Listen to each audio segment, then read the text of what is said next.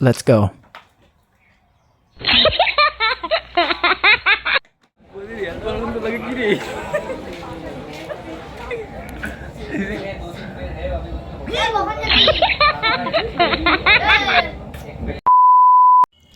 Hello everyone, welcome back to my channel বৃষ্টি অমিত।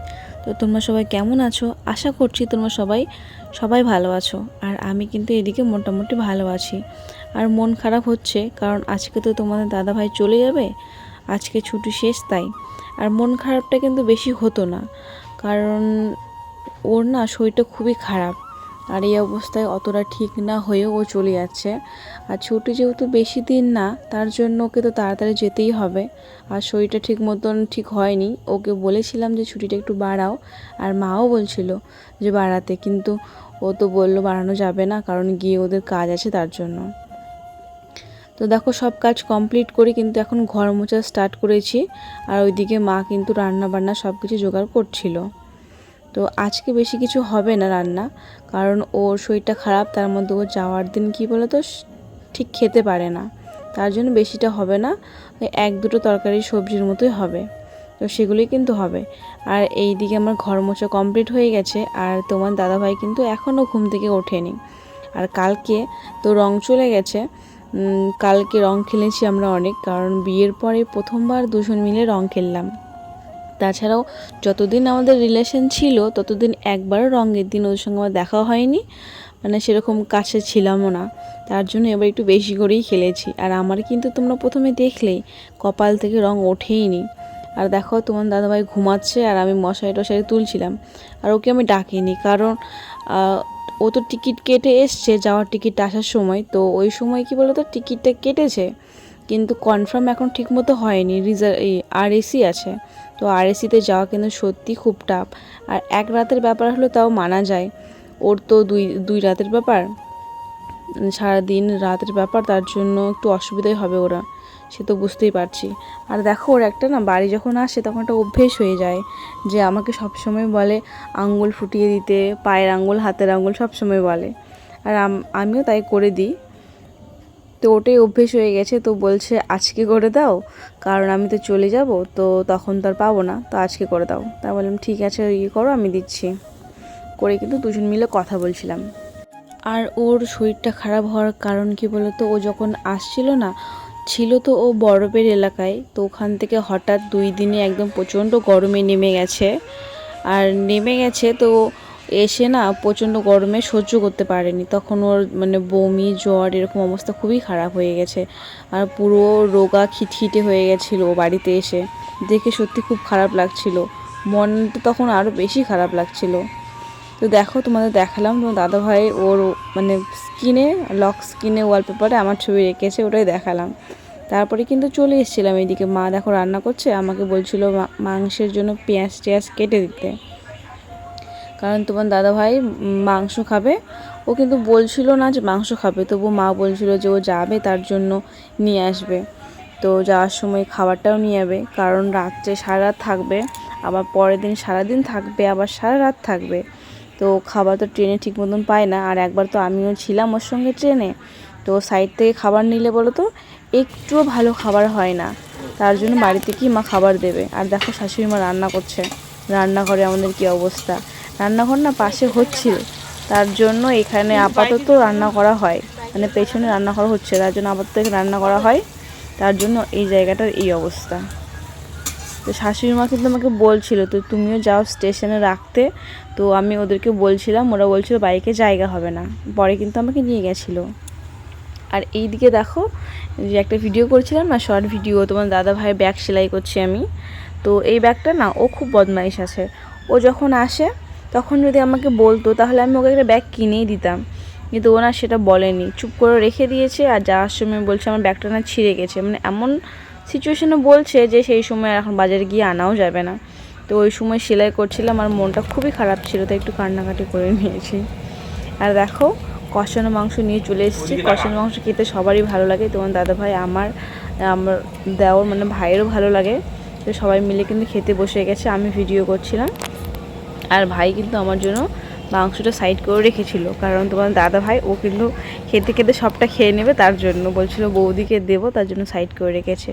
পরে খেয়ে কিন্তু ওকে দেখাচ্ছিলাম যে ব্যাগের মধ্যে তোমার কি কি নিতে হবে আর কি কি নিতে হবে না সেগুলো সব দেখাচ্ছিলাম। তো বললো সব কিছু নেওয়া আছে, তো আর কিছু নিতে হবে না। তো ওকে বললাম যে প্যান্টটা পরো, এটা পরে যাবে। যখন যখন যাওয়ার সময় হয় না, তখন ওরা চুপ করে একা বসে থাকে, মানে মনের যেটা কষ্ট সেটা কাউকে প্রকাশ করতে দেয় না। আর আমি যখন যাই তখন আমাকে হাসানোর চেষ্টা করে। তো দেখো ও আমাকে আমি ওকে বলছিলাম যে আমাকে কবে কোয়ার্টার নিয়ে যাবে বলো, কোয়ার্টার না নিয়ে গেলে কিন্তু আমি কথাই বলবো না। তো আমাকে বলছিল নিয়ে যাব, কোয়ার্টারটা পেয়ে যাই তারপর নিয়ে যাব। তো দেখো কি বলছে, নিজের কানে শোনো। তারপর আবার পুরো লম্বা করবে, দেখো কত লম্বা হয়ে যাবে। তুমি আগেরটাও অবধি কটা পাবো তারপরে তো কোথায় এখনো 1 বছর ওখানে যেতে গেলে, লাস্ট এই বছরের লাস্ট নভেম্বর ডিসেম্বর দিকেই চেঞ্জ হবে, দেখা গেল ডিসেম্বরের দিকেই চেঞ্জ হতে পারে। চেঞ্জ হতে পারে 1-2 মাস লেট হতেই পারে।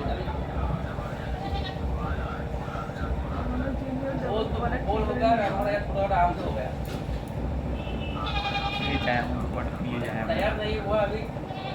তোমরা তো সবাই শুনলে যে তোমার দাদাভাই আমাকে কোয়ার্টার নিয়ে যাবে, সত্যি আমি খুব খুশি হয়েছি।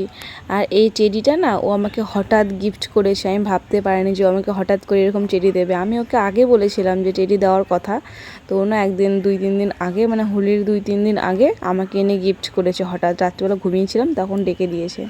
আর ও কিন্তু রেডি হয়ে, রেডি বলতে গেঞ্জি পরে শুয়ে আছে, বলছে একটু পরে তো যাবোই, বেরোবোই, তাহলে একটু শুই আমার বিছানাতে।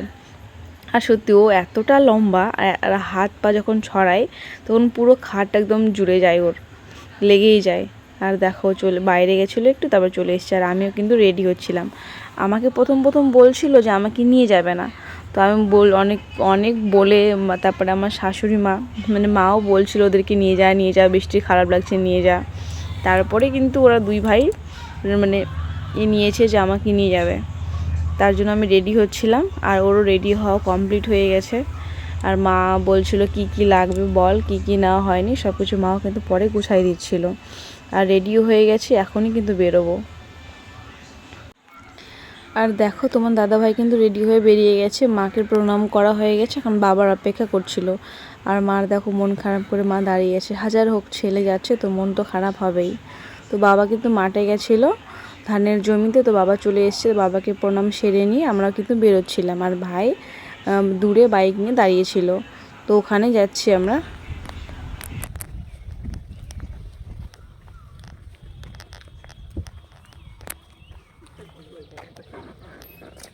কি রৌদ্র না, যেতে হবে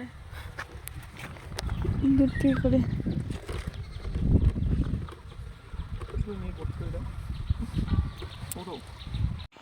তোমাদের দাদাভাই কিন্তু আমাকে স্টেশনে নিয়ে যেতেই চাইছে না, কারণ ও ভাবছে যে ওখানে গেলে আমি কান্নাকাটি করবো, আর ও যখন যাবে তখন ওর খারাপ লাগবে, আর কান্নাকাটি করে আমার শরীরটা খারাপ হয়ে যাবে, তার জন্য আমাকে নিয়ে যেতে চাইছে না। ওই জন্য বলছে তোমাকে যেতে হবে না, রৌদ্র লাগবে, ভালো লাগবে না। আর দেখো চলে এসেছি স্টেশনে, আর স্টেশনের সামনে ছিল মিষ্টির দোকান। আর দেখি তোমার দাদাভাই না যতবার করে যায় ছুটি থেকে ততবার মিষ্টি নিয়ে যায়। তো ট্রেনের মধ্যে যদি এসিতে যাও তো কোনো টেনশন নেই, নন এসিতে গেলে একটুখানি আগলা ফ্রি জায়গা রাখবে, এসিতে যাবো তাহলে টেনশন নেই, একদম যে কোনো জিনিস যাবে ঠিক আছে।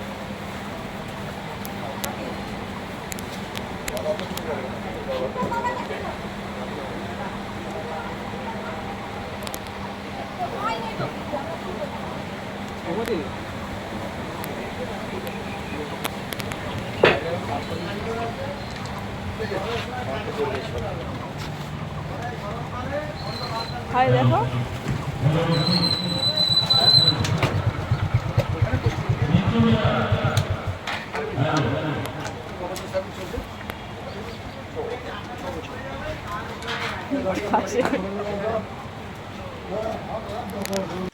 আমাদের কিন্তু সব কিছু নেওয়া কমপ্লিট, এবার রাস্তা পার হচ্ছে। আর এইখানে উঁচু, তো আগে কিন্তু এতটা উঁচু ছিল না, এবার আমার উঠতে সমস্যা হয়, তাই তোমার দাদাভাই আমাকে ধরে উঠিয়ে নিল। আর আগে না এই মানে ট্রেন লাইনগুলো সব নিচু ছিল, আর এখন না উঁচু করেছে, হয়তো সব কিছু আর নতুন করে করবে তার জন্য। তো তো দেখো ব্যাকগ্রাউন্ডটা কিন্তু খুব সুন্দর লাগছিল। আর ভাই কিন্তু আগে গিয়ে তোমার দাদা ভাইয়ের জন্য টিকিট কেটে এসে দাঁড়িয়েছিল, আর আমরা কিন্তু পরে পরে যাচ্ছিলাম। তো যাওয়ার কিছুক্ষণ পরে কিন্তু ট্রেন আসবে। আর কি বলতো, যতক্ষণ না ট্রেন আসছে ততক্ষণ কিন্তু ওখানে ভালোই লাগে, আর যখন ট্রেন আসবে মানে ট্রেন ঢুকছে আর ট্রেনটা দাঁড়িয়েছে তো দাদা ভাই উঠবে, ওই সময়টা না বুকের ভিতরে একটা কেমন যেন হয়, যে মনে হয় এই চলে যাবে, কি করব আমি এখন, ওকে কীভাবে আটকায় রাখবো, মানে এরকম টাইপের হয়। আর তাই করতে করতে ট্রেন চলেও এসছে।